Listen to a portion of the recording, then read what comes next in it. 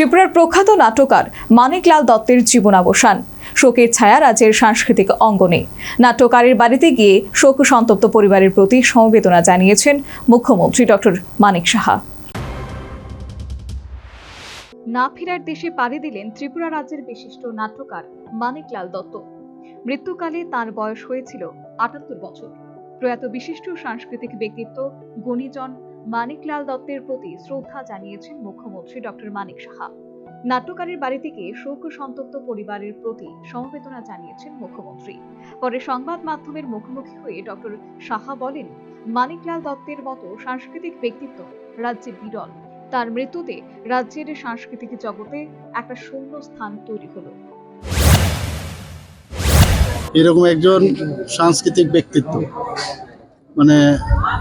ত্রিপুরাতে কিন্তু আমি বলবো এক্সেপশনাল, এবং মানুষের সাথে যেভাবে উনি কথা বলতেন, একজন টিচার হিসাবে উনি, আমরা সবাই জানি, খুব নাম করেছেন। আমি যা শুনলাম, বাংলা বিষয়ে উনি পড়াতেন এবং সব মানুষের সাথে ওনার একটা হৃদ্যতা ছিল মানুষের সাথে।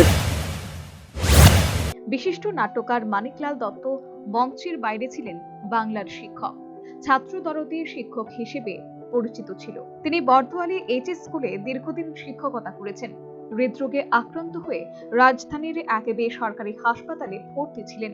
সেখানেই শেষ নিঃশ্বাস ত্যাগ করেন নাট্যকার মানিকলাল দত্ত। তার জীবনের প্রদীপ নিভে গেলেও তার আদর্শ বেঁচে থাকল তার সামাজিক ও প্রতিবাদী নাটকের মধ্য দিয়ে। Bureau Report, News Vanguard. Welcome to ICFA University Tripura, where education meets excellence. Experience smart classrooms, modern labs, and a Wi-Fi 6-enabled campus. Learn from expert faculty with an industry-focused curriculum. With a strong placement record spanning over 22 years, your future starts here. Join ICFA University Tripura. Dream big.